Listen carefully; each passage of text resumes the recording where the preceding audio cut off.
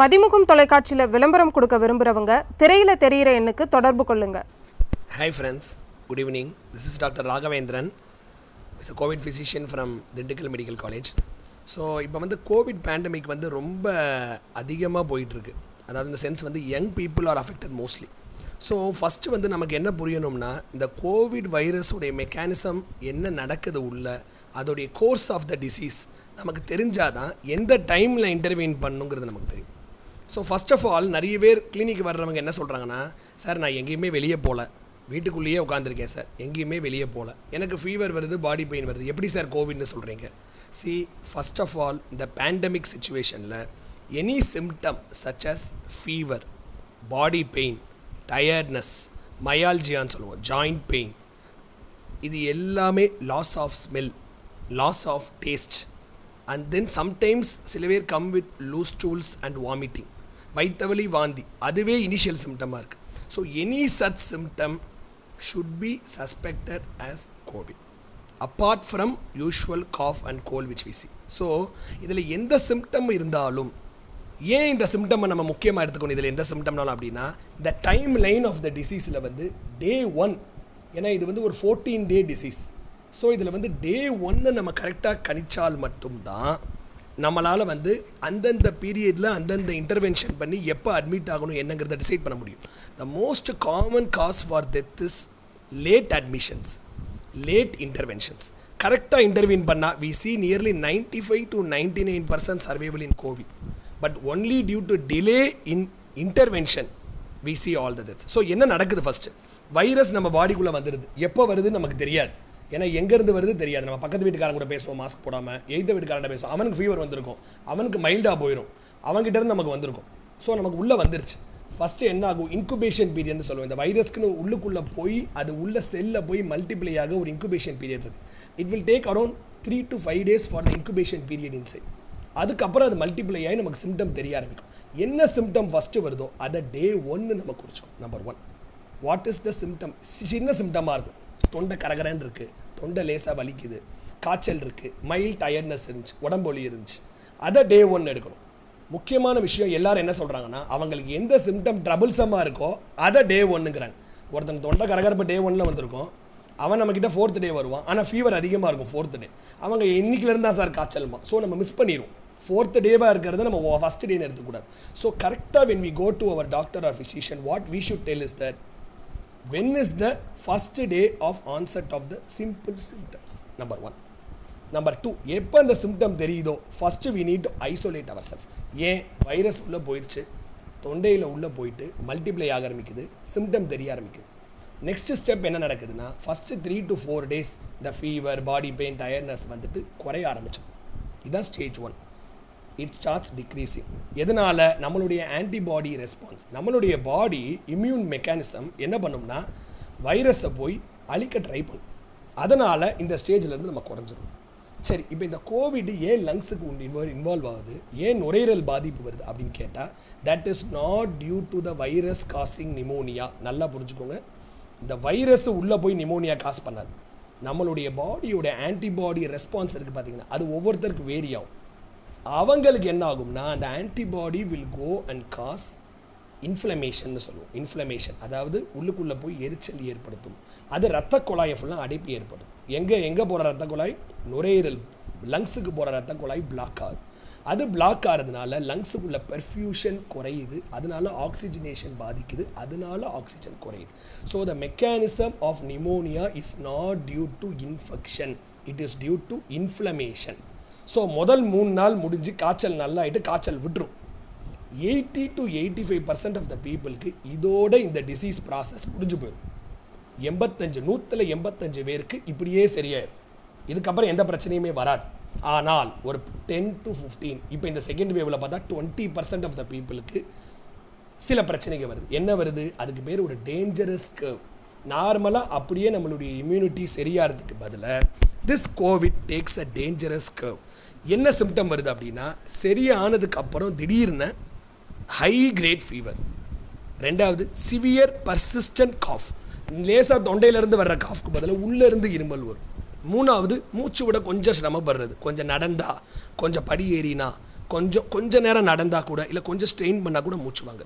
So இந்த 3 சிம்டம்ங்கிறது dangerous curve ஆகுது நமக்கு கோவிட் அப்படிங்கிறது நம்ம பாடியில் உறுதிப்படுத்துறது. ஸோ எல்லோரும் என்ன பண்ணுறோம்னா இப்போ எல்லாம் பல்ஸ் ஆக்சிமீட்டரை வாங்கி வச்சுக்கிட்டு எனக்கு ஆக்சிஜன் லெவல் 96 இருக்குது 95 இருக்குது.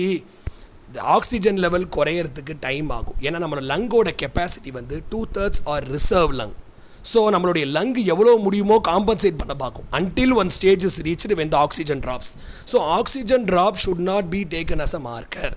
ஸோ 4வது 5வது நாளுக்கு அப்புறமும் ஃபீவர் பர்சிஸ்ட் ஆகுது, இல்லைன்னா காஃப் பர்சிஸ்டண்ட்டாக இருக்குது, இல்லை மூச்சு வாங்க விடுது அப்படின்னா நம்ம டேஞ்சரஸ் கர்வ் நோக்கி போகிறோன்னு அர்த்தம். இந்த 5th டேயில் நம்ம இதுக்குரிய ரீசன் என்னென்னா த திங் கால் சைட்டோகைன் ஷவர்னு சொல்கிறோம்.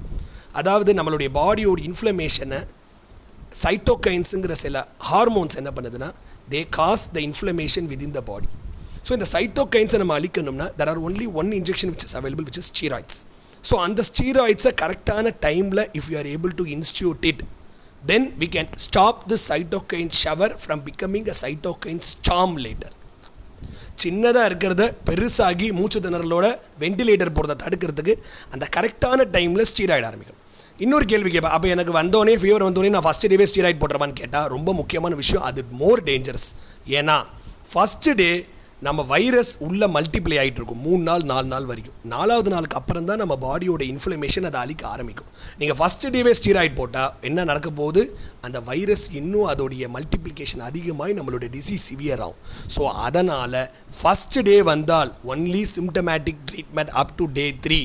ஒரு ஆசித்ரோமைசின் கவர்மெண்ட்டே கைட்லைன்ஸ் கொடுத்துருக்கு. Paracetamol, vitamin C, zinc, multivitamin 185 பேர் இதிலே சரியாயிரும். பட் ரிமைனிங் 15% வந்து இந்த மாதிரி ஒரு டேஞ்சரஸ் கர்வ் நடக்கிற அந்த சிம்டம்ஸ் வந்துச்சு. ஹை கிரேட் ஃபீவர் பர்சிஸ்டண்ட்டாக இருக்குது, காஃப் பர்சிஸ்டண்ட்டாக இருக்குது, மூச்சு விட கஷ்டம் இருக்குது, இதில் ஏதாவது ஒன்று வந்துச்சுனால் உடனே we need to approach the physician. That is the time when we need to intervene with by doing certain blood test panel and by taking the CT scan of the chest and by starting injections. என்ன injection போடணும், எல்லாரும் remdesivir antibiotic இது பின்னாடியே சுற்றிக்கிட்டு இருக்கோம். இந்த இன்ஃப்ளமேஷனை stop பண்ணி இந்த பிளட் கிளாட்டிங்னு சொல்கிறோம் பார்த்தீங்கன்னா, இந்த கிளாட் நடக்குது லங்ஸுக்குள்ளே உள்ள பிளட் வெசல் கிளாட், இந்த 2 தான் நம்ம தடுக்க முடியும். அதுக்கு 2 ட்ரக் தான் இருக்குது. ஒன்று ஸ்டீராய்ட்ஸ், 2வது ஆன்டி கோயாகுலன்ஸ், இந்த பிளட் கிளாட்டிங்கை ப்ரிவென்ட் பண்ணுற ஆன்டி கோயாகுலன்ஸ். இந்த 2 மட்டும்தான் நம்ம செய்ய முடியும். இந்த 2 இந்த 5th டேலேருந்து 8th டேக்குள்ளே நம்ம கொடுத்துட்டோம்னா அந்த சைட்டோகைன் ஸ்டாம் போகாமல் நம்ம தடுக்கலாம். That is very very important. அந்த ரெகக்னிஷன் இஸ் வெரி இம்பார்ட்டன்ட். இல்லை நான் வீட்டிலே SpO2 வச்சுருக்கேன், மானிட்டர் வச்சுருக்கேன், நான் வீட்டிலே பார்த்துட்டு 90 கீழே குறைஞ்சாதான் நான் வைத்தியம் பண்ணுவேன் அப்படின்னு நம்ம உட்காந்துருந்தோம் அப்படின்னா அது குறையிற நேரத்தில் nearly 70 to 80% of the lung would have been destroyed. So what is more important is monitoring of the symptoms, appropriate time blood investigations, and what is needed is the scan at the right time and treatment with steroids and anticoagulants which need to be continued for at least 7 days. So steroid நான் வீட்டிலே எடுத்துக்கலாமா அப்போ இந்த 2 ட்ரக்கையும் steroid anticoagulant அப்படின்னு கேட்டால் no, because steroid has its own side effects. என்ன இருக்குது, steroid is டயபெட்டோஜெனிக், டயபெட்டிஸை கூட்டி விடும் நம்பர் 1. அப்புறம் ஸ்டீராய்ட்ஸ் வந்து இன்ஃபெக்ஷன் ரேட்டையும் கூட்டலாம். ஸோ கரெக்டான time by the physician, prescribed by the physician, either oral steroids or IV steroids with anticoagulants. 2வது கேள்வி கேட்பாங்க, ஆஸ்பிரின் ஹெல்ப் பண்ணுமா, குளோபிட்ரோஜல் ஹெல்ப் பண்ணுமான்னு கேட்டால் even in COVID the platelet count is low. So aspirin குளோபிட்ரோஜல்னால பெரிய லெவல் ரோல் கிடையாது. The only thing which helps is anticoagulants such as heparin, enoxaparin, low molecular weight heparin, rivaroxaban, these are the drugs which are useful.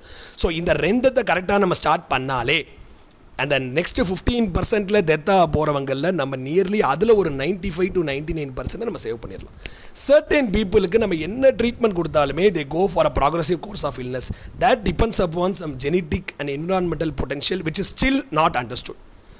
Another important thing now with these drugs available, mechanism being known, and the most important ஆயுதம்னு சொல்கிற vaccine available. எப்போ vaccine கிடைக்குதோ உடனே vaccine போட்டுருங்க. Vaccine போட்டவங்க எனக்கு தெரிஞ்ச வரைக்கும் தமிழ்நாடு இல்லை ஆல் ஓவர் இந்தியாவில் டெத்துங்கிறது நியர்லி நெக்லிஜிபிள் ஆர் நில். So vaccine is the only thing which has confirmed protection.